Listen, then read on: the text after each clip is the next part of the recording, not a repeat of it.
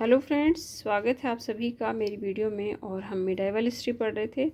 तो पिछली वीडियो में हमने पढ़ा था कि भारत पर सबसे पहले अरबों ने आक्रमण किया और उनमें मोहम्मद बिन कासिम था जिसने राजा दाहिर के ऊपर आक्रमण किया। उसके बाद में 871 ईस्वी तक सिंध में खलीफाओं की सत्ता जो है वो समाप्त हो गई थी और नए आक्रमणकारी आ जाते हैं जिन्हें हम तुर्क आक्रमणकारी के नाम से जानते हैं। तो चलिए पढ़ते हैं।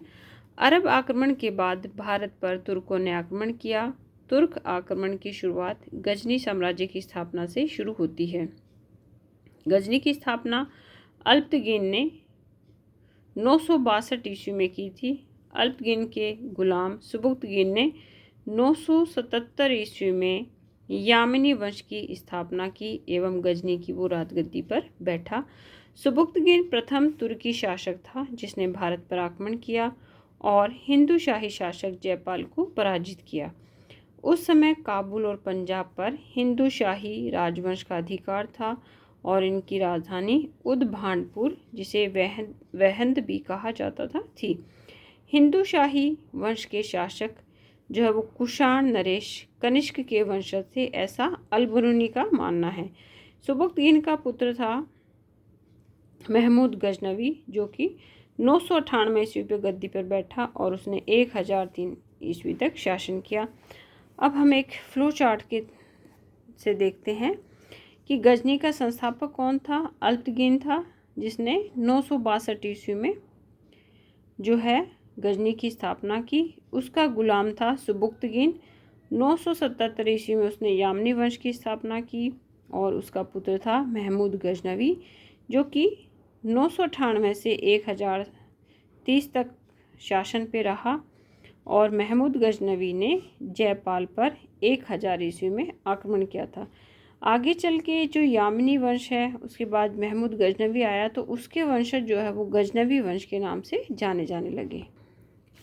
महमूद गजनवी से पराजित होकर जयपाल ने 1001 ईस्वी में आत्महत्या कर ली और जयपाल के बाद आनंदपाल, त्रिलोचनपाल, भीमपाल शासक बने। महमूद गजनवी ने भारत पर 1025 में 15वां अभियान किया या आक्रमण किया जो कि सोमनाथ पर किया था और इस समय वहाँ का शासक भीम प्रथम था।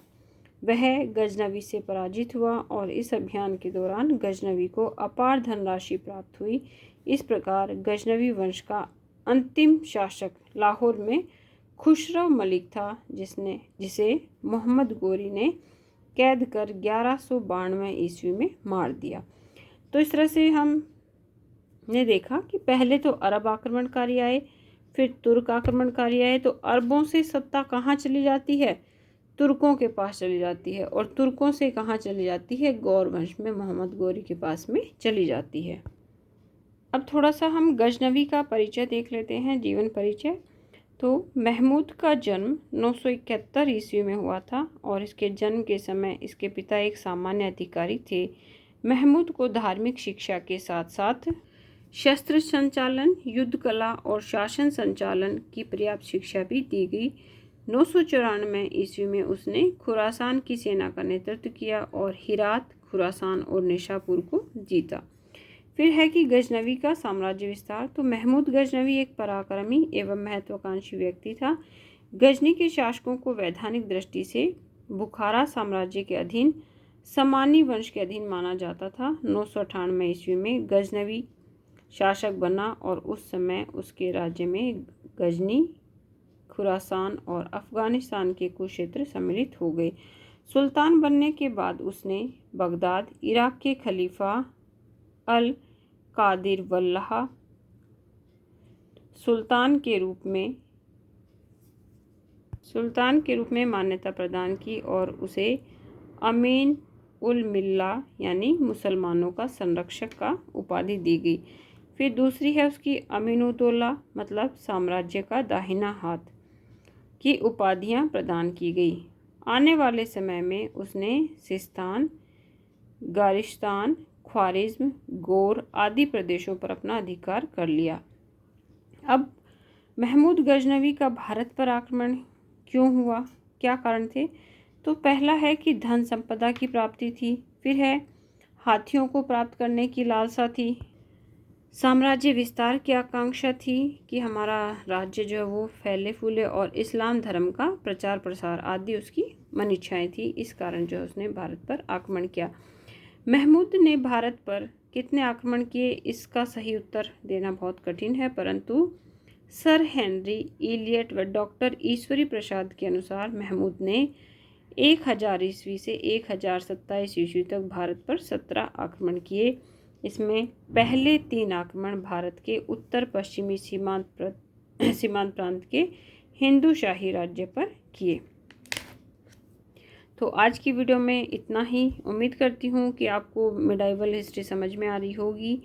पहले हमने अरब पढ़े, अब तुर्क पढ़े, उसके बाद गौरी आ जाएगा और जैसे ही गौरी फिनिश होता है तो सल्तनत काल आ जाएगा। अगर इसके अलावा भी आपको कोई और टॉपिक पे चाहिए कि भाई मैं मैटर बनाऊं तो आप मुझे मैसेज कर सकते हैं। और फर्स्ट ईयर के स्टूडेंट जितने भी हैं वो साथ साथ में जो हैं इसमें अपने नोट्स बनाते चलें ताकि उनकी चीज़ें क्लियर हो जाएं।